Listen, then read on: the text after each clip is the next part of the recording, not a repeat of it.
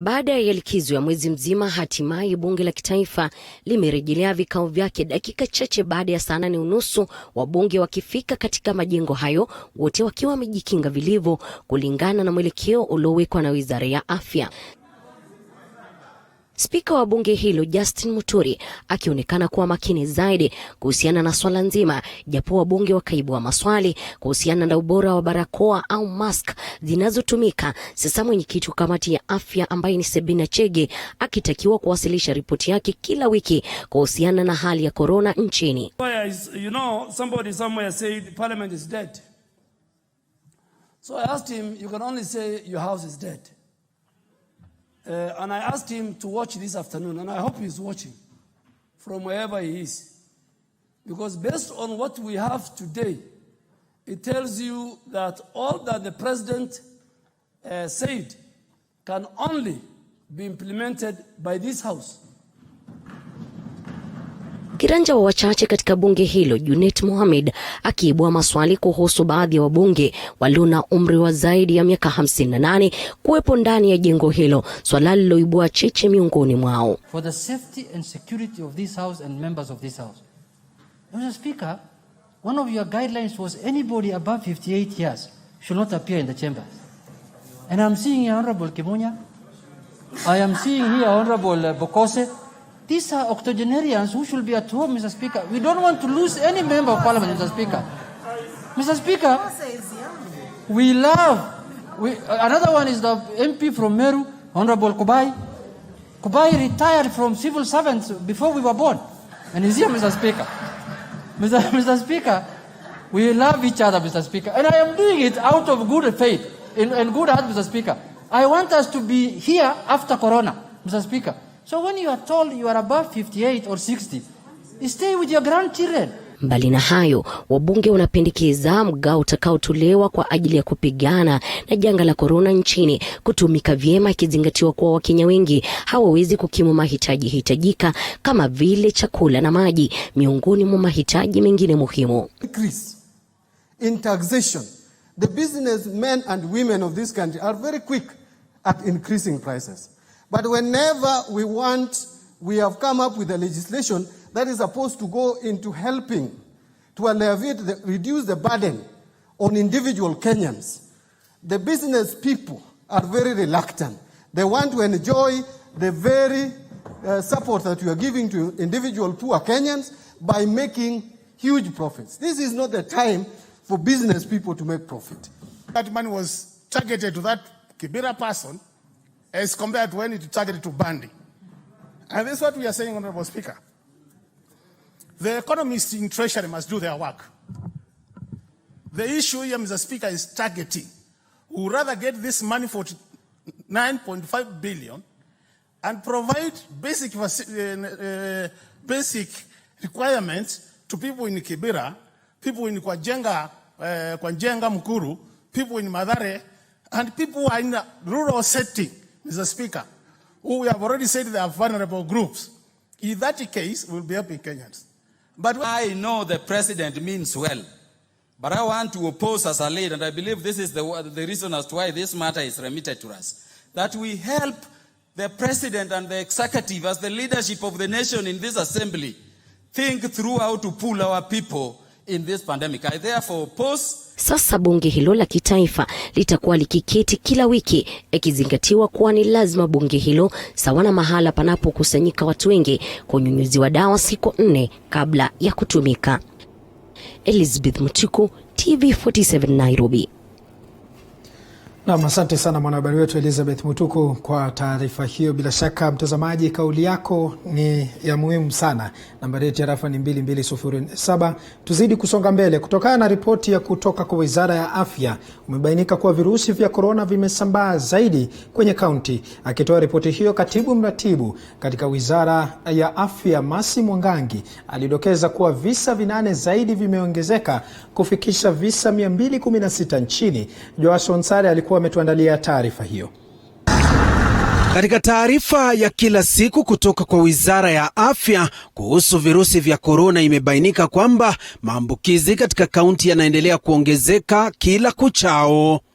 Despite the measures we have put in place, we're already witnessing a phenomenon where the virus is increasingly moving to counties.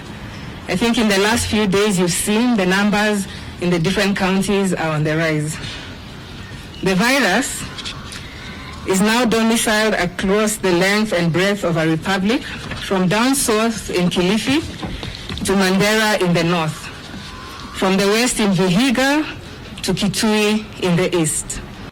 Katibu mratibu katika Wizara ya Afya Mercy Mwangangi akitoa ripoti hiyo amedokeza kuwa chini ya saa 24 baada ya watu 694 kupimwa virusi hivyo, watu 8 wamepatikana kuwa na virusi hivyo na kufikisha watu 216 walioambukizwa virusi vya corona. In the last 24 hours, fellow Kenyans, we have tested 694 samples.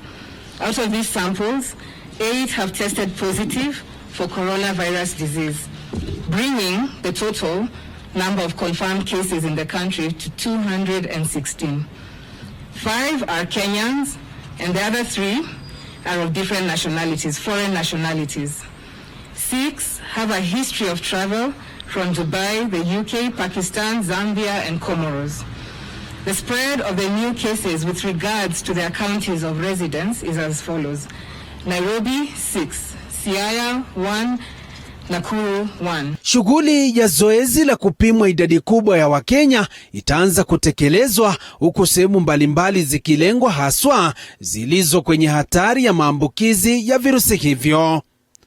We must work even more closely with our county governments to tighten our control measures, to harmonize our responses and mobilize our people to take an active role in this fight.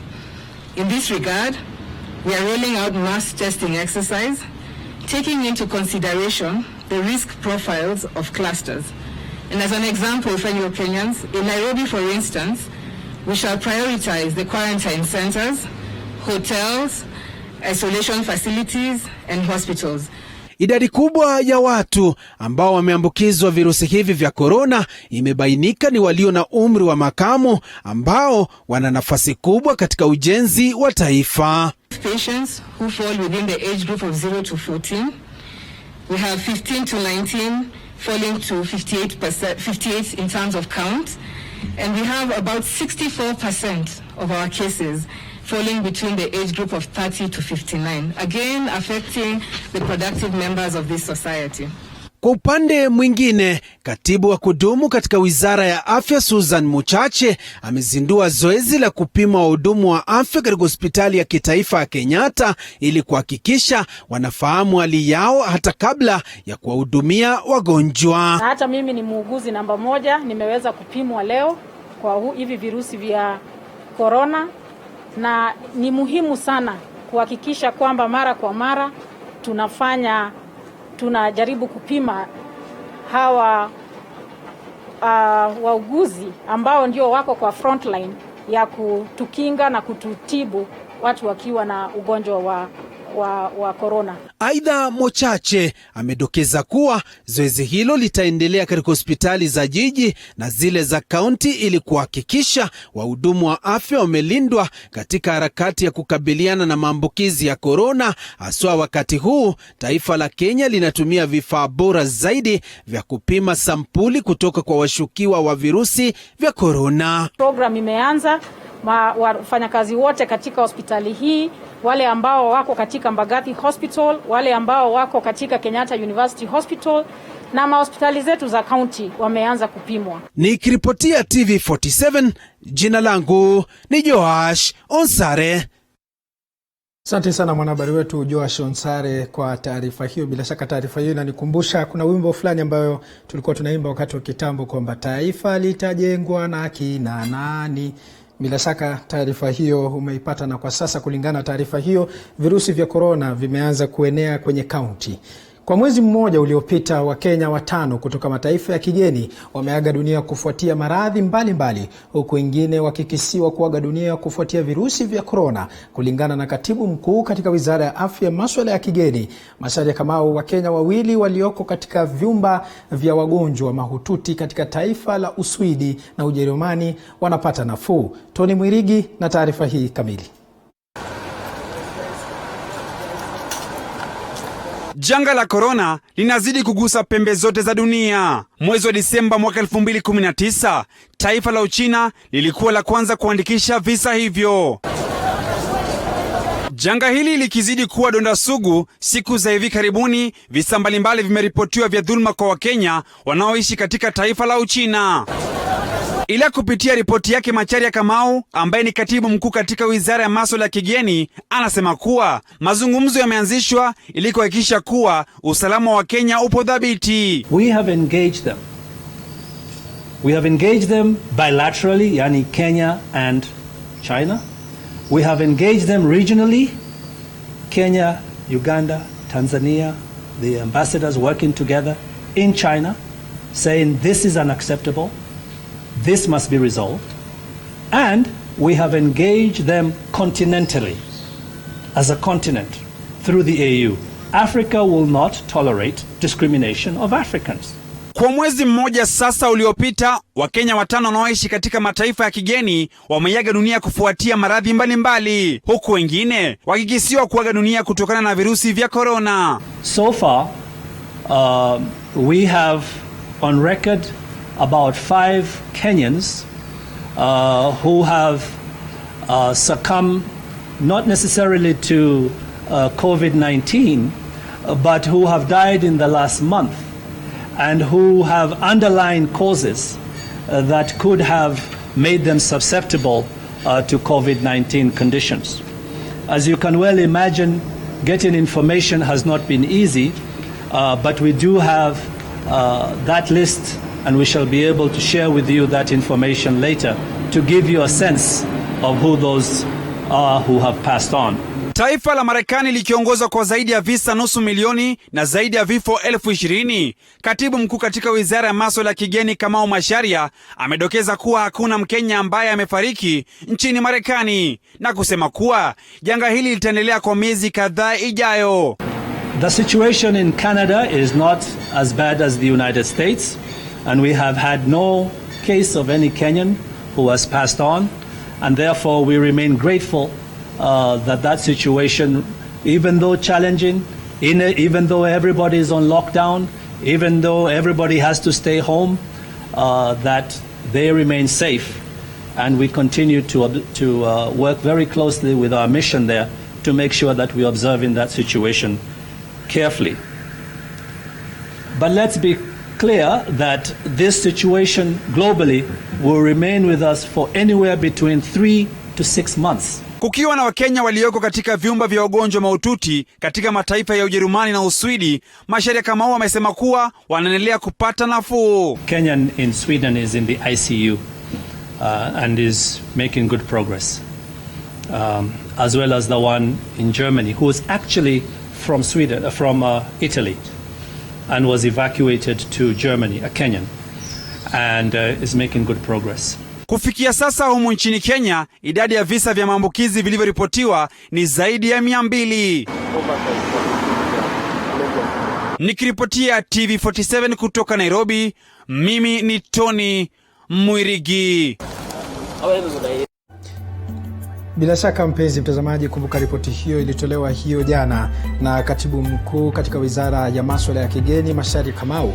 Na kwa sasa mpenzi mtazamaji, tutachukua mapumziko mafupi, lakini tukirejea tutakuja na mengi zaidi. Kumbuka nambari yetu ya rafa ni 22047 na tovuti yetu ni www.tv47.co.ke, na pale kwenye mtandao wa YouTube ni TV47 Kenya, na vile vile Facebook TV47 Kenya, kwenye Twitter ni @TV47KE #Matukio Nyanjani.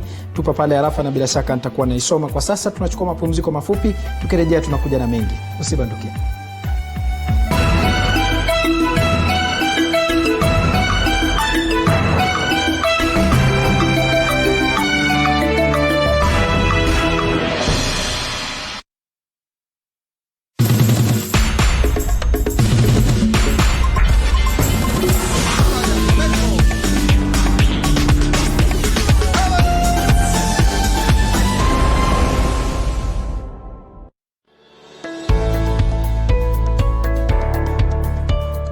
My name is Sujata Kotam Raju. I'm the National General Secretary of Hindu Council of Kenya. Namaskar to my dear sisters and brothers. Now this is the time everyone will have to take the responsibility to fight against this virus, not to spread further in this country. If at all, if you want to go out, maintain the social distance. Avoid going to the enclosed areas like supermarket, temples, churches, any religious functions. Avoid shaking your hands and hugs, any form of physical contact. You can just say namaste. For more information, dial 719 or *719#. Kamesha Corona. The coronavirus is spreading rapidly across the world, and currently there is no cure or vaccine against it. It spreads through tiny droplets when infected people speak, cough, or sneeze. These droplets can land on surfaces to be picked up by hands and are impossible to see with the naked eye. But just because you can't see them doesn't mean that they are not there. And you may get infected if you touch your face, nose, mouth, or eyes. To help stop the spread of the virus, we all need to do the 5. 1. Follow these steps to wash your hands frequently with soap and water for at least 40 seconds. 2. Cover your mouth with your bent elbow whenever you cough or sneeze. 3. Avoid touching your face. 4. Avoid crowded places. Keep a safe distance from other people. 5. Stay home if you can, especially if you have any of the symptoms. For more information, visit www.who.int.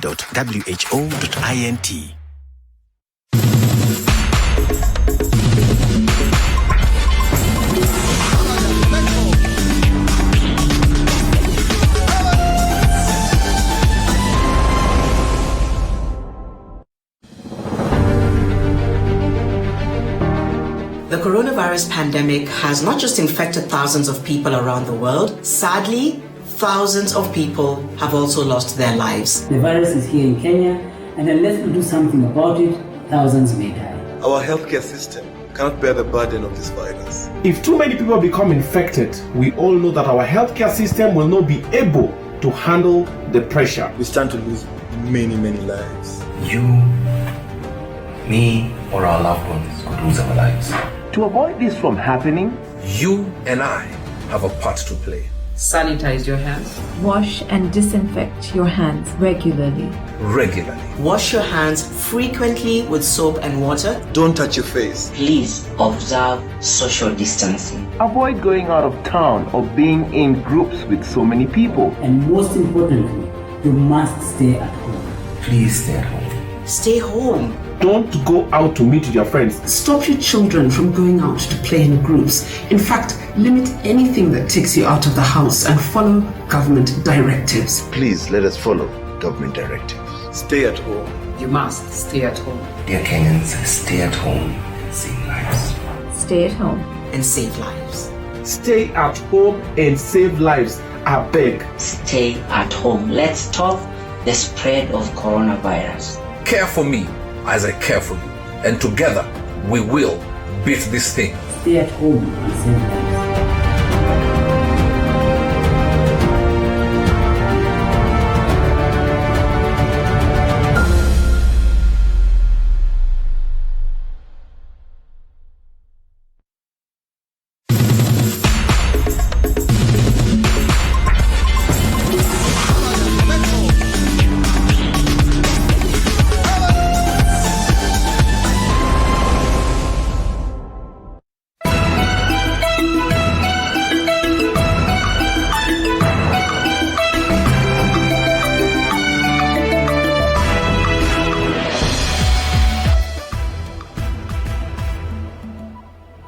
Na msafi kabisa mtazamaji, karibu tena kwenye awamu nyingine ya kipindi cha Matukio Nyanjani. Hapa tunakufahamisha taarifa za kuaminika kutoka pembe zote za nchi humu nchini.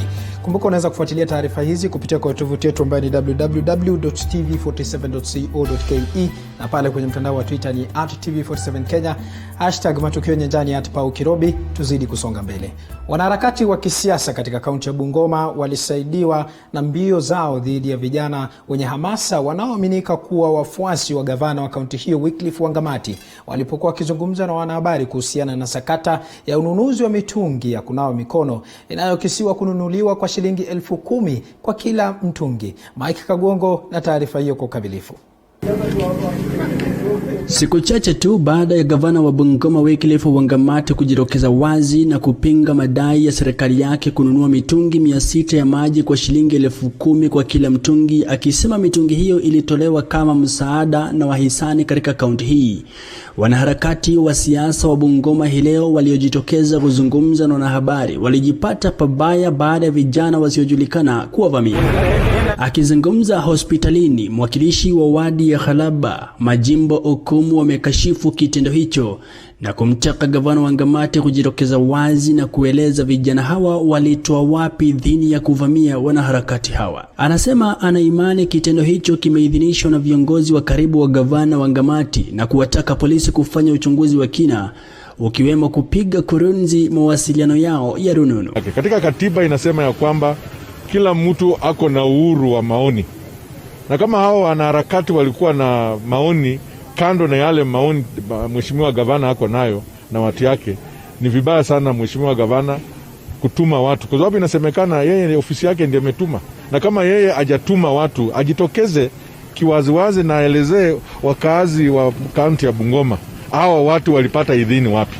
Na kwa polisi, tunataka polisi wafanye uchunguzi wa kina, watuelezee ni kina nani hawa, kwa sababu kuna waandani wa karibu wa gavana. Waangalie mawasiliano katika simu zao za rununu, waone kama kuna mawasiliano wamekuwa wakipigia watu na wakielezea, labda wafanye kitendo cha uhaini kama huu.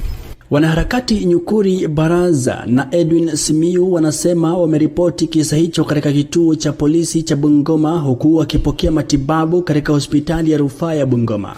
Saizi niko katika police station. Nimeokolewa na polisi nikiwa ninafuatwa na goons ambao walikuwa wametumwa na gavana Wangamati kunipiga. Sasa nimekuja nimeandikisha habari yangu kwa polisi kwamba nimepigwa.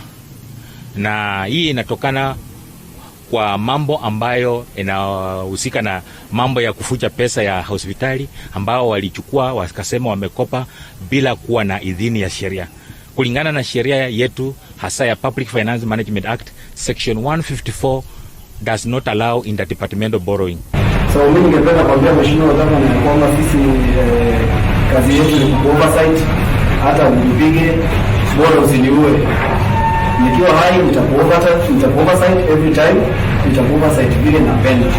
Mimi huwa sitamani, I always articulate issues with it, and that is why I have a following even right inside the office. Wanaharakati hawa wanadai kuwa mkurugenzi wa mipango maalum kaunti ya Bungoma Karl Buyela alifanikisha ununuzi wa mitungi 600 ya lita 20 kwa kukiuka sheria. Kwa mujibu wa Nyukuri Baraza, hii sio mara ya kwanza vijana kulipwa ili kuwanyanyasa wanaharakati wanaojaribu kuikosoa serikali ya Bungoma. Kutoka kaunti ya Bungoma nikiripoti ya TV47, mimi ni Mike Kagongo.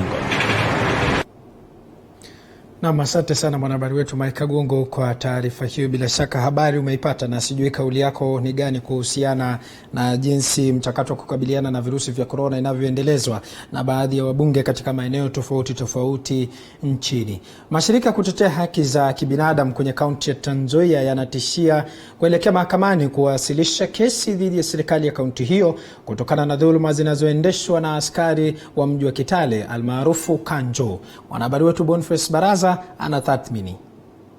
Maafisa wa mji almaarufu Kanjo wameripotiwa kutekeleza amri ya kupunguza idadi ya watu mjini Kitale katika mchakato mzima kufanikisha vita dhidi ya janga la corona, ila wameshtumiwa kwa kutumia nguvu kupita kiasi. Abraham Simeo ni mwathiriwa. Kuna mtu anaitwa Dennis,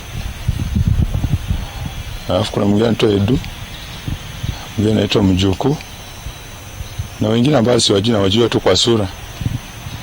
Walitoka wakaanza kunipiga wakisema niwapatie pikipiki. Nikamwambia sina pikipiki kwa leo. Leo nimejaliwa natembea na gari. Wakasema utatupatia pikipiki cha lazima. Na hivyo ndio walianza kunilemea, kunipiga kwa mafimbo. Wakaniambia leo tunakupiga mpaka ukufe kwa sababu sisi tunataka pikipiki, unatusumbua hii town na pikipiki. Walimvamia tu yeye na kuanza kumpiga. Sasa walimpiga wakamvutia chini wakamtoa paka nguo. Sasa yeye alikuwa anapiga nduru tu sababu kulikuwa na watu wengine wamevaa raia, wengine uniform za county. Simiyu alivamiwa na maafisa hao na kupokezwa kichapo cha mbwa msikitini, kisha kutiwa mbaroni na kuzuiliwa korokoroni kabla ya kuachiliwa kwake kusaka matibabu. Hata hivyo, anasalia na kesi ya kujibu licha ya dhuluma aliyopitia mikononi mwa maafisa hao wa mji. Immaculate Shamala ni mwanaharakati wa haki za binadamu. Let the government of Trans Nzoia take responsibility. Wacha iwajibike, iombe msamaha kwa wananchi kwa kutekeleza haki za kibinadamu. Alafu cha pili, sisi kama civil society tunataka pia kujua ni kina nani hawa ambao walipiga wale watu ambao hawana hatia. Hali hiyo imeibua hisia mseto miongoni mwa wana Trans Nzoia katika mitandao ya kijamii. Mimi naomba county commissioner na gavana wetu Patrick Khaemba, tafadhali, saizi tunapigana vita juu ya corona, hapana kupiga bodaboda ama kupiga vijana wenzetu, kwa sababu itafika mahali sasa tutakuwa na vifo vingi ya hao bodaboda kuliko corona yenyewe. Wakati huo mashirika ya kijamii yamefichua yanapania kuwasilisha kesi mahakamani kuishtaki serikali ya kaunti ya Trans Nzoia kwa kuruhusu maafisa hao kukiuka haki za kibinadamu katika kutekeleza agizo la kupunguza msongamano wa watu mjini Kitale. Tunasema hivi, iwapo hakutakuwa msamaha kutoka serikali ya gatuzi, basi sisi tutaenda kotini kushtaki kwa niaba ya wananchi, kushtaki wale askari ambao walikiuka haki za kibinadamu wanapotekeleza kazi yao. Tuna kesi zaidi ya 19 ambapo tunatarajia hivi karibuni tutaungana pamoja na mawakili, kwa sababu tuko na mawakili ambao tunafanya kazi na wao, tuone kwamba hii kesi zinaweza pelekwa kotini ili kwamba haki iweze kutendeka. Ni kisa mojawapo kinachoashiria jinsi binadamu wamegeuka wanyama, huku maaskari wa mji wakiendeleza uhayawani mjini Kitale, huku uongozi wa kaunti ukisalia kimya kuhusiana na uhayawani huo. Boniface Barasa, TV47, gatuzi la Trans Nzoia. Na asante sana mwanahabari wetu Boniface Baraza kutoka kaunti ya Trans Nzoia. Kufikia hapo, mpenzi mtazamaji, mimi natamatisha kwa sasa, nitakuwa naondoka studioni, lakini kumbuka tunaendelea kukupasha zaidi kupitia kwenye mitandao yetu ya kijamii. Pale kwenye mtandao wa Facebook ni TV47 Kenya, kwenye Twitter @TV47KE, #Matukio Nyanjani, @PauKirobi, na vile vile pale kwenye mtandao wa YouTube ni TV47 Kenya. Tunaendelea kukupasha zile taarifa ambazo zinachipuka pindi na wakati zinapotokea. Kwa sasa sina la ziada, ila nakunja jamvi la Matukio Nyanjani. Nimekuwa mwanahabari wako Paul Kirobi, ambaye amekuwa akitafsiri katika lugha ya ishara, anafahamika kama Anwairimo, na kutakia mchana njema. Asante sana.